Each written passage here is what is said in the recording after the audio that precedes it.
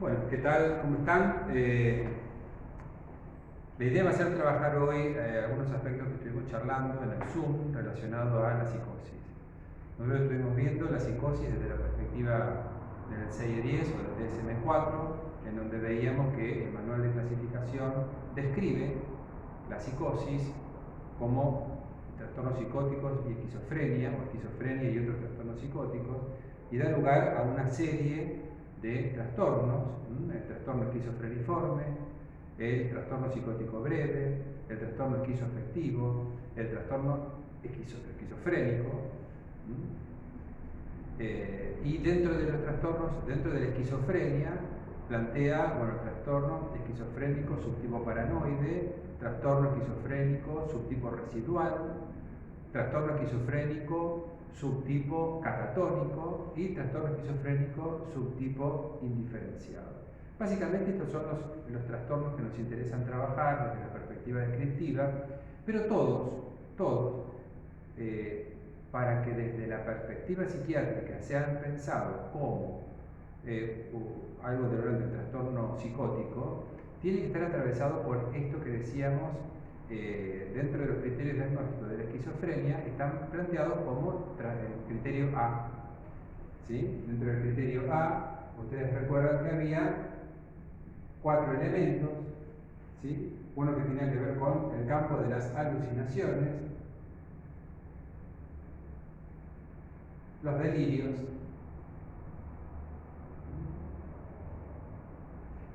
una manifestación que tiene que ver con una desorganización generalizada en cuanto a la cognición, al pensamiento, al habla,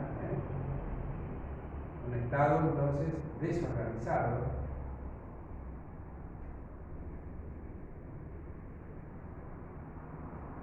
y movimientos estereotipados o extraños en el andar.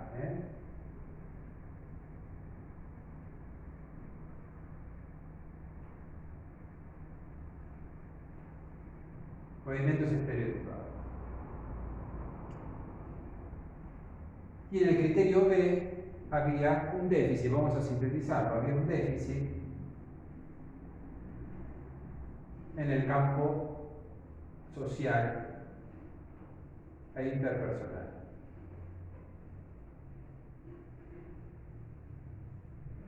Este déficit social o interpersonal atiende casi todas las áreas de la vida del sujeto, lo familiar, lo vincular, los afectos, los intercambios, el trabajo, bueno, en donde se ve claramente muy afectado su situación.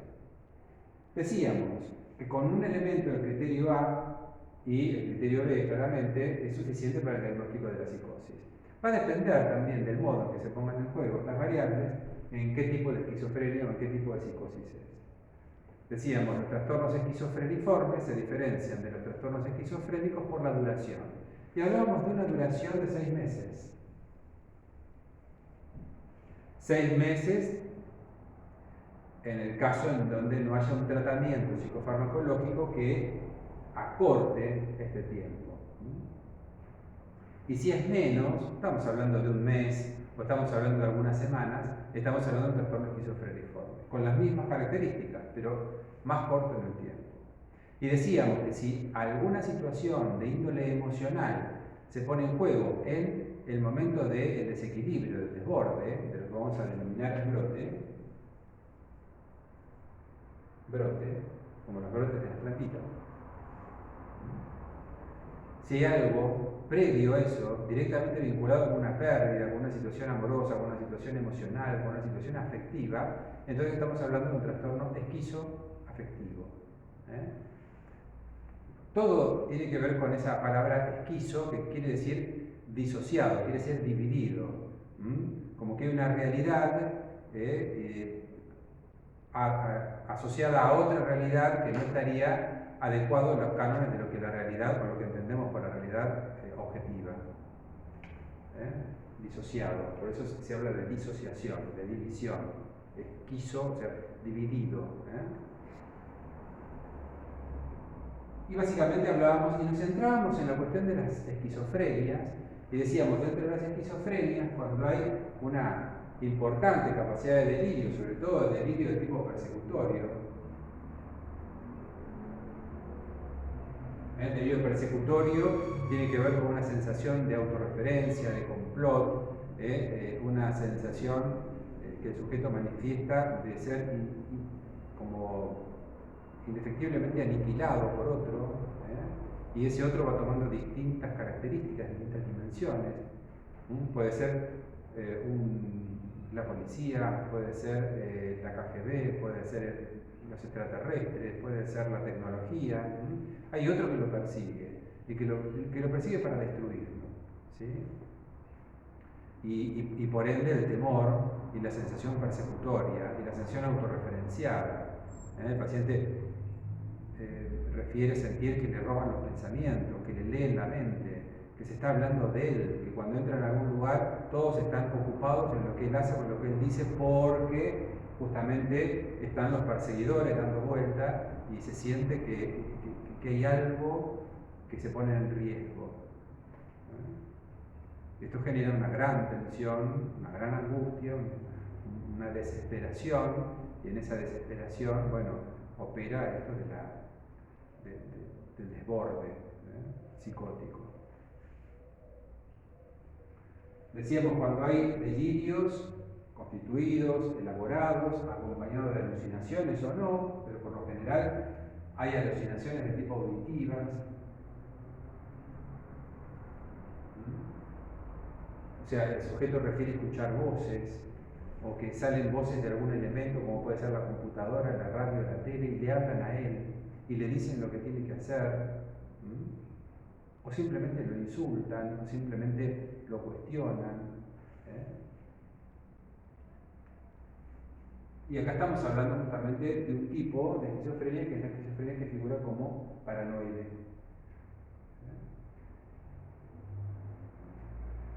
Los estados desorganizados hablan de la esquizofrenia típica, la esquizofrenia propiamente dicha o la esquizofrenia residual, que básicamente está atravesada por una cuestión de desgano, de desinterés, de apatía, de pérdida de sentido vital, como que hay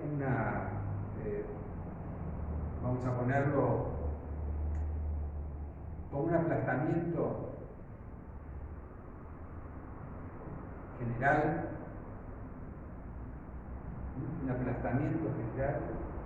un déficit en la elaboración, un déficit en la construcción, en la posibilidad de construcción, un déficit total en cualquier tipo de interacción y relación interactiva, más que nada por una sensación de pérdida de ganas, ¿sí? Un aplanamiento afectivo.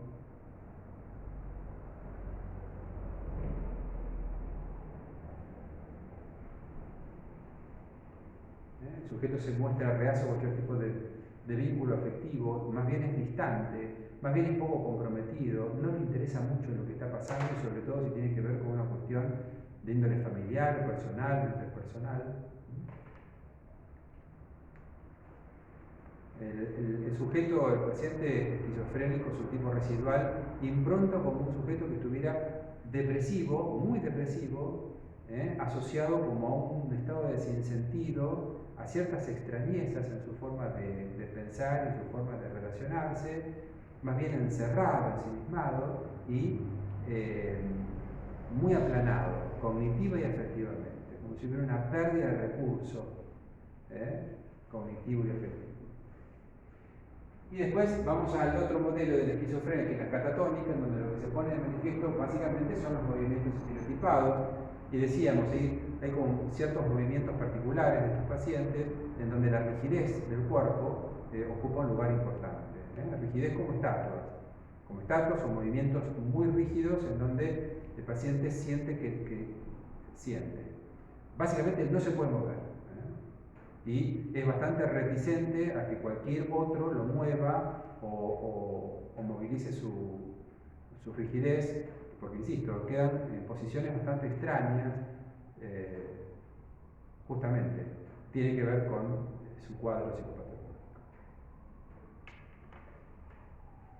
Dentro de lo que es la esquizofrenia, o sea, el trastorno esquizofrénico, puntualmente decíamos, se va a desarrollar o se va a manifestar en relación a lo que son los valores.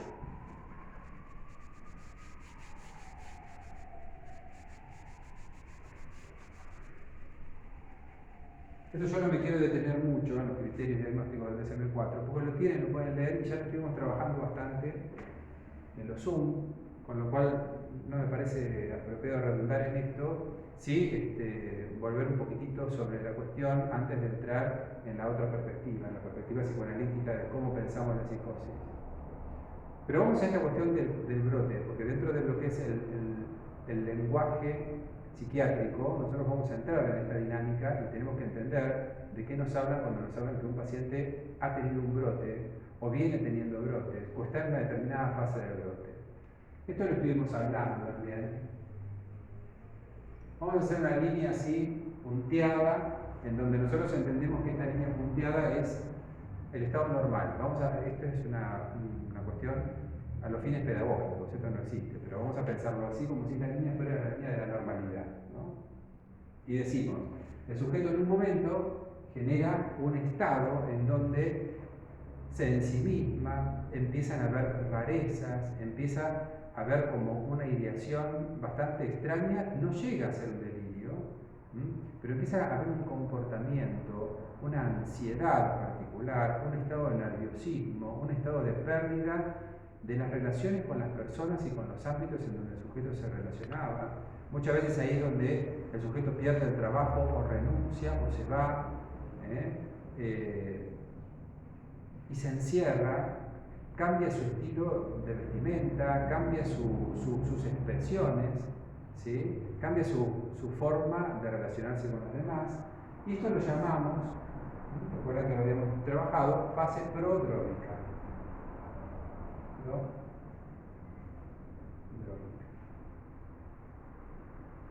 En esa fase prodrómica, entonces, lo que hay es una ansiedad directamente ligada a esta sensación de derrumbe psíquico.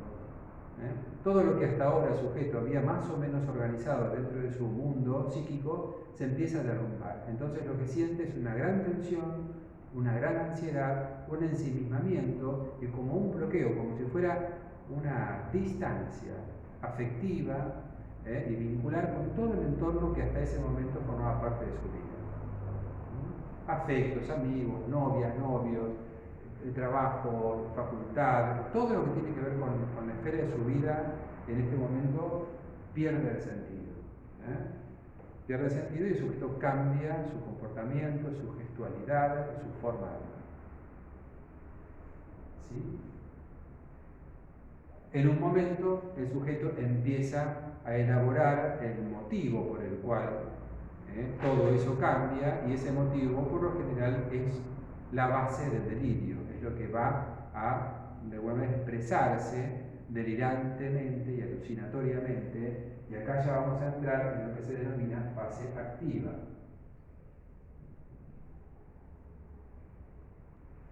En la fase activa, decíamos, predominan lo que se denominan síntomas positivos. Los síntomas positivos, delirios y alucinaciones. O manifestaciones de una desorganización lingüística importante. El sujeto habla y no se le entiende nada, está como en un estado de agitación psicomotriz, agitación psicomotriz, de un estado taquipsíquico, o sea, piensa demasiado rápido y las palabras se le traban, no se le entiende nada, está como confuso, está como alterado. Todo esto es fase activa. Por lo general este es el momento en donde el paciente se lo medica.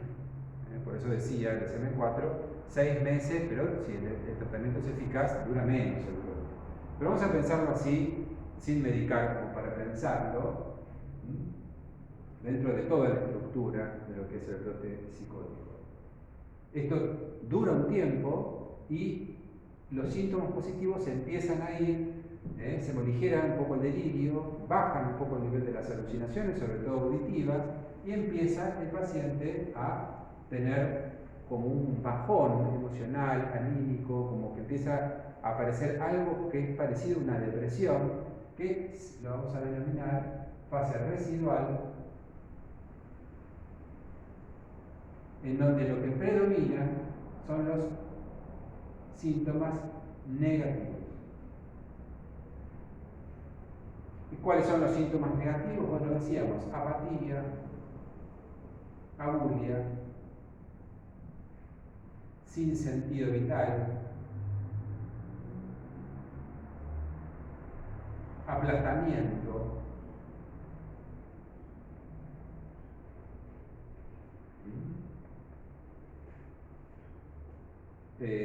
una pérdida de interés por las cosas.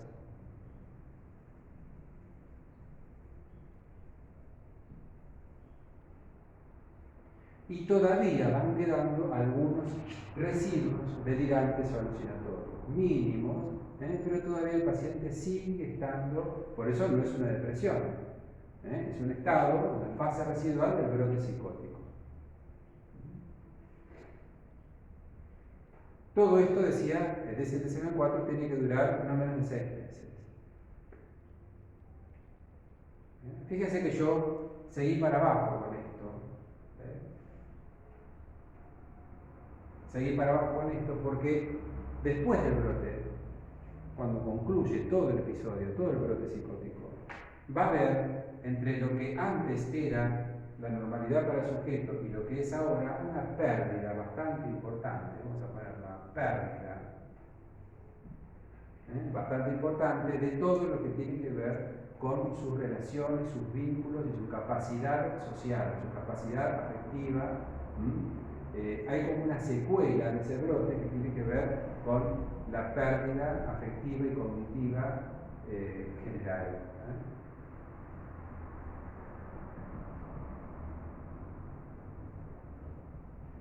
O sea, el sujeto ya no va a sentir del mismo modo que sentía antes las cosas y no va a pensar con la lucidez que pensaba antes las cosas. Hay una pérdida en ese sentido y esa pérdida que deja el brote es una secuela que va a durar mucho tiempo. En algunos casos es crónico. Por eso, en cada brote hay una pérdida importante de vida social y de posibilidad cognitiva y afectiva del paciente. Esto básicamente es la dinámica del brote. Esto es un brote. Recuerden que en la esquizofrenia se dan no solamente un brote, se dan varios brotes y cada uno de esos brotes es mayor en cuanto a las fases, en cuanto a la ansiedad, en cuanto a los síntomas positivos y en cuanto a la fase residual que el anterior. Por lo tanto, si uno tuviera que dibujar, vamos a dibujarlo acá más pequeño, si uno tuviera que dibujar qué pasa con los brotes, bueno, uno podría decir que el primer brote va a tener esta dimensión, el segundo brote va a tener esta dimensión, cada vez la pérdida es mayor, y el tercer brote, bueno, y así sucesivamente. Por eso se llaman brotes. La palabra brote remite a esto como si fuera una plantita que van apareciendo brotes, bueno, pero se convierte en un arbusto.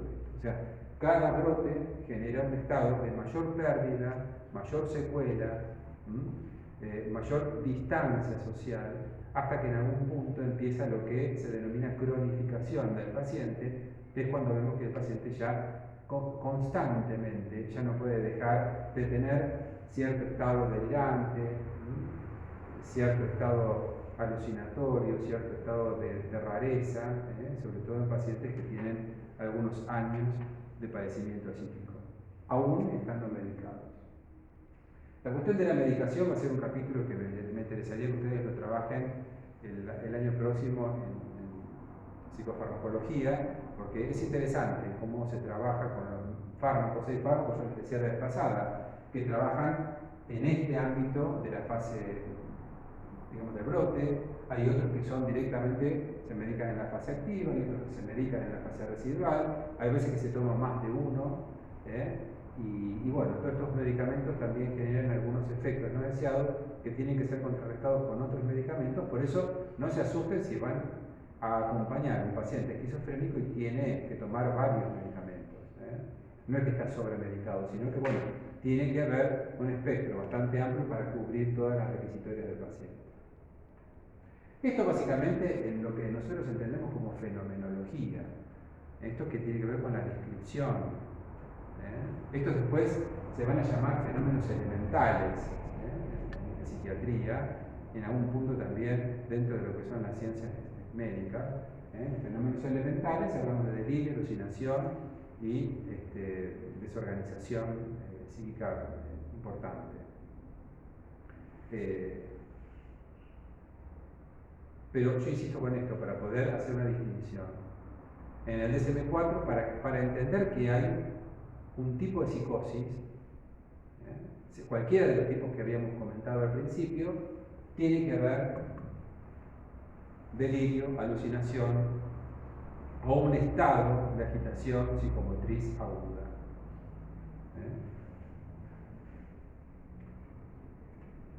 Vamos a ver, porque desde la perspectiva de psicoanálisis no necesariamente esto es así. Pero vamos a pensarlo desde la perspectiva psiquiátrica. Ustedes me dirán, bueno, pero si un paciente no alucina y no delira y no tiene un estado de agitación importante, ¿para la psiquiatría no es psicótico? No. Hay un montón de otros apartados dentro del DSM-4 que le van a dar forma a otro tipo de patología, pero si no hay criterio A y criterio B, no hay psicosis. Bueno.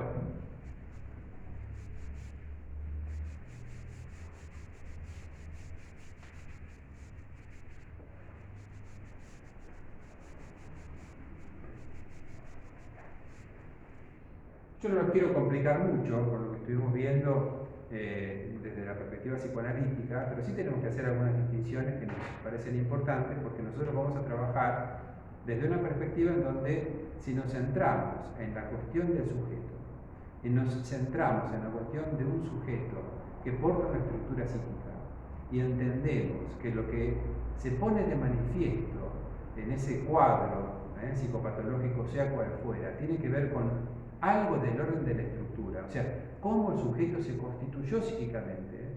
Bueno, entramos en una lógica que sale del territorio de la fenomenología, sale del territorio de la descripción y entramos en la idea de poder comprender cuáles fueron los sucesos o las situaciones que fueron dando lugar a una determinada estructuración que da lugar a la apuesta o a la expresión psicótica, neurótica o perversa, y qué tipo de neurosis, qué tipo de psicosis.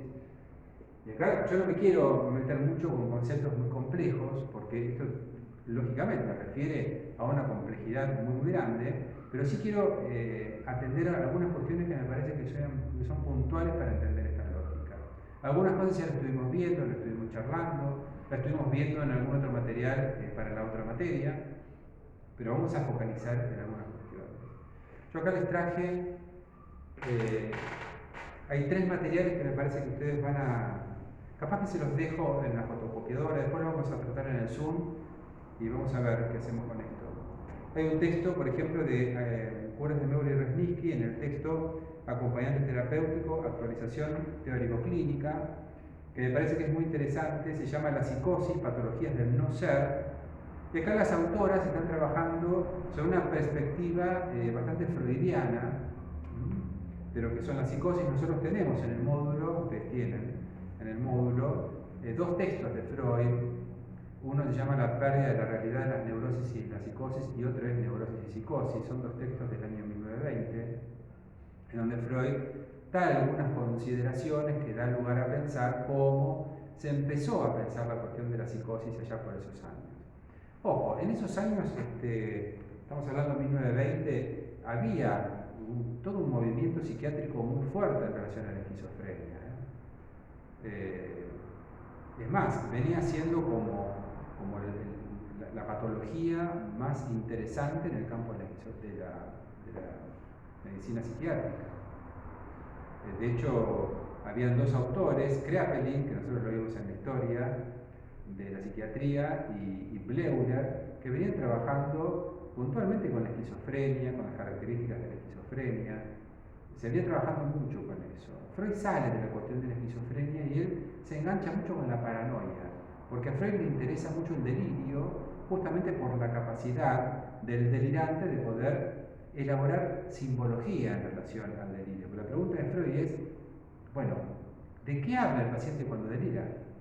Y Freud lo va a pensar como en el análisis de un sueño, como si fueran elementos que tienen que ver justamente con eso que da lugar a poder ver qué es lo que está pasando en la estructura más profunda del sujeto. Piensen que Freud siempre piensa en la lógica de un sujeto que porta un inconsciente, y en lo profundo del sujeto está lo inconsciente, en lo más o menos profundo lo preconsciente, y en lo más ligado al plano perceptivo, a lo cotidiano, está lo consciente, ¿no? Entonces dice, bueno, en lo consciente, el yo del sujeto puede elaborar esto de el delirio y la alucinación en todo su esplendor, pero algo nos está diciendo de lo que pasa en lo más profundo del sujeto, algo de las formaciones del inconsciente se pone en juego ahí. Freud en aquel tiempo elabora todo un texto de un psicótico, de un paciente psicótico que escribe un libro sobre él mismo, que se llama Schreber. El texto se llama Memorias de un paciente neurótico, y Freud lo toma porque le parece interesante, porque justamente es un texto escrito por un paciente psicótico donde narra sus delirios, sus alucinaciones y el significado que para él tiene cada cosa, para él, para el autor, o sea, para Schreber, para el enfermo. Y Freud va a trabajar muchísimo todo este historial clínico y va a llegar a sus conclusiones lógicamente, en una época en donde no se pensaba la psicosis con los elementos con que la podemos pensar hoy. Pero no me parece que de más este comentario. Ustedes van a encontrar en muchos textos la cuestión de Schreber. Cada vez que hablamos de Schreber estamos hablando de ese paciente que Freud, como primer paciente psicótico, intenta analizar desde lo que Schreber escribe en un libro sobre él mismo. No fue un paciente de Freud, Schreber. Así que no sabemos. De hecho, Freud en algún punto siempre escapó a la idea de que el psicoanálisis pudiera servir para el tratamiento de la psicosis. De hecho, eso recién va a empezar a pensarse a partir de 1954, 1953, cuando a partir de los escritos y los seminarios de Jacques Lacan empieza a aparecer la posibilidad de un tratamiento posible para la psicosis. Pero ya es otra cuestión. Les decía, esta autora trabaja entonces desde la perspectiva más freudiana, y habla justamente de qué es lo que está pasando ahí, como lo explica Freud, en Neurosis y Psicosis, en los primeros estadios de la constitución psíquica de la primera tópica, de la segunda tópica y del complejo de Edipo, que es un poco lo que estuvimos viendo al principio. Después hay otro texto que es muy interesante, que se llama Ética y Técnica del Acompañamiento Terapéutico. Yo les hablé un poco sobre este libro, que es un poco el acompañamiento terapéutico visto desde la perspectiva de lo que Sancho Panza construyó con Don Quijote. Y acá también hay algunos capítulos que trabajan mucho la cuestión de la psicosis y de cómo acompañar la psicosis. Concretamente hay un capítulo que es el capítulo 14, que bueno, que capaz que también lo agrego al material porque me parece que es muy interesante sobre este tema. Y después todo un libro que me parece que tiene una complejidad muy grande, pero bueno, tenemos que entrar en la complejidad y tenemos que saber más o menos cómo deshojarlo al libro, ¿no? Es un libro de Mauricio Castejón Herman, un chico que es un acompañante terapéutico de Brasil, es psicólogo, y este libro es su tesis de posgrado, creo que es una tesis doctoral que él hace, en donde bueno, él trabaja la cuestión de la psicosis y el acompañamiento terapéutico desde una perspectiva bien lacaniana, con lo cual es bastante complejo de comprender. Bueno, yo lo tengo como para poder también pensarlo juntos. Hay material sobre acompañamiento terapéutico y la psicosis. Hay material de todo tipo, un poco más complejo, un poco más accesible y con algunas variantes técnicas bastante más complicadas. Con lo cual a mí me parece que sería interesante trabajar un poquito sobre esto, ¿no? Poder pensar, bueno, ¿de qué hablamos los psicoanalistas cuando hablamos de psicosis? ¿Qué es lo que se pone en juego ahí? Que no tiene que ver con la fenomenología, no tiene que ver con la descripción. Y yo le decía la vez pasada, tenemos que remitirnos al principio, tenemos que remitirnos a esa relación madre-hijo, donde la madre, en términos de otro, y el niño, como como un sujeto van a constituir, este dibujito yo lo pongo permanentemente, una relación diálica total absoluta, en donde lo que se pone en juego es esto de el niño como el falo de la madre, o sea, como aquello que completa a la madre, y la madre como quien le da ese lugar de falo, o sea, de todo al niño. Una mutua complementariedad en donde acá lo que se vivencia es un estado ilusorio de completud. Ilusorio en términos de lo que nosotros entendemos como ilusión, pero real en términos de ese real, desde la perspectiva lacaniana, que da lugar a lo más profundo y lo más difícil o imposible de simbolizar. Porque después no nos vamos a encontrar nunca más en esta sensación. Pueden haber momentos en donde se pone en juego algo de esto, pero esa vivencia particular, nosotros la hemos sentido arcaicamente, ese estado de completud, como dicen en algunos textos, esa sensación de que no hay nada que me haga falta, ni siquiera este otro, porque el sujeto no sabe que este otro es otro, por lo tanto uno se siente completo. Y la madre, en tanto otro, completa por eso que es el hijo, también se siente completa. Y esto es fundamental que se dé en estos términos. Ustedes me dirán, bueno, pero eso no siempre es así. Claro, cuando no es así, empieza a generarse el derrotero del sujeto. O sea, cuando esto no es así desde el inicio, bueno, esto va a generar estragos también en la constitución psíquica del sujeto. Entonces, esto tiene que ocurrir de este modo.